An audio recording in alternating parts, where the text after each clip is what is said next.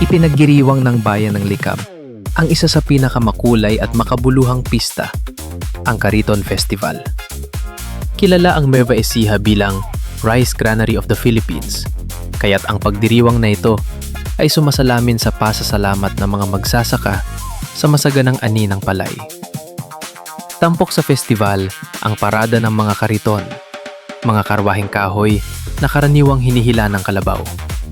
Ngunit sa araw ng pista, ang mga simpleng kariton ay nagiging obra maestra. Pinapalamutian ito ng makukulay na gulay, prutas, palay, at iba pang produktong agrikultural.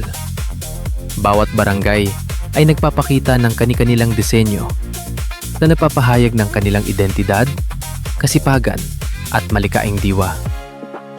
Hindi lamang parada ang nagbibigay buhay sa selebrasyon.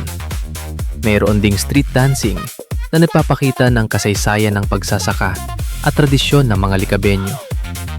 Ang sayaw ay sinasabayan ng tugtog ng tambol at masiglang musika na tila sumasalamin sa tibok ng puso ng komunidad.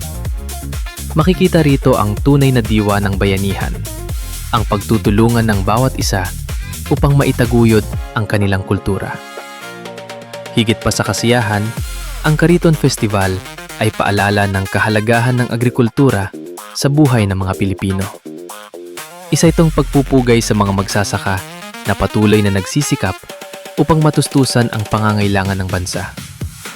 Sa bawat kariton na dumaraan, dala nito ang kwento ng pawis, pag-asa, at tagumpay. Sa huli, ang Cariton Festival ay hindi lamang isang pista, kundi isang buhay na tradisyon, isang makulay na salamin ng kultura, kasipagan, at pagkakaisa ng mga Taga-Likab.